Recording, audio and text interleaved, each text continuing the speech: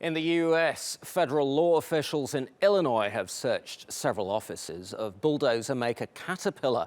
The exact reason for the investigation is unclear, but the company says it believes it's part of a tax probe related to its Swiss unit. Now, since 2000, Caterpillar has shifted billions of dollars from its parts business to its Swiss affiliate, which has saved Caterpillar around $2.4 billion in U.S. taxes.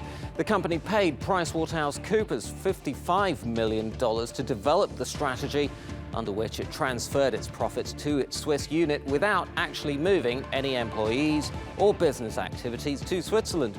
The deal resulted in Caterpillar paying a special tax rate of between 4% and 6% in Switzerland instead of the 35% corporate tax in the US. Caterpillar insists it did not violate any tax laws. So our editor-at-large, Craig Capeters, joins us now right here. Craig, thanks for being with us once again. Now, I mean, we've been here so many times before, haven't we? From the Panama Papers to the LuxLeaks. Tell us in a little bit more detail of what Caterpillar did in this particular case. Caterpillar has a lot of equipment overseas. That equipment needs parts.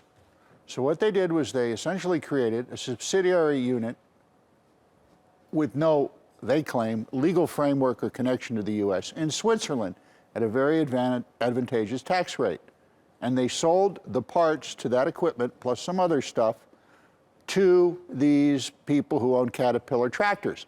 And some of those tractors were in places like Sudan, Cuba, and Syria, where they weren't supposed to operate.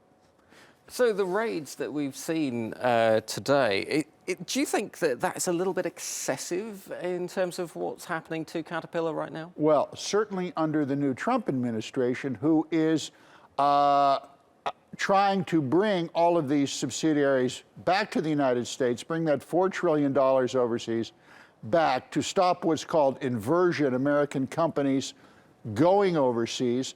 What Caterpillar was doing here, however, is basically conversion. Let's shop around for the cheapest tax rate we can get overseas. We're not going to do any business in the U.S., but the IRS and the Fed said, no, this is reminds me of the Mark Rich investigation when Mark Rich did this back in the late 70s and 80s.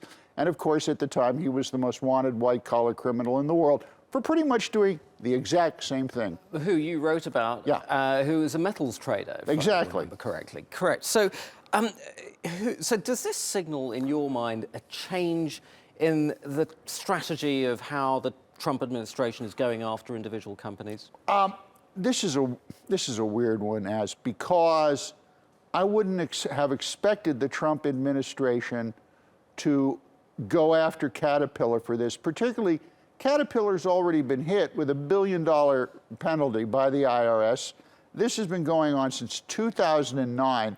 It would seem it would be time to make nice to Caterpillar to say, hey, come on home. Bring the money back, we're going to tax you at 10%, and guess what? We can use your tractors to help rebuild America. You would have thought that might have what should have happened, but it didn't.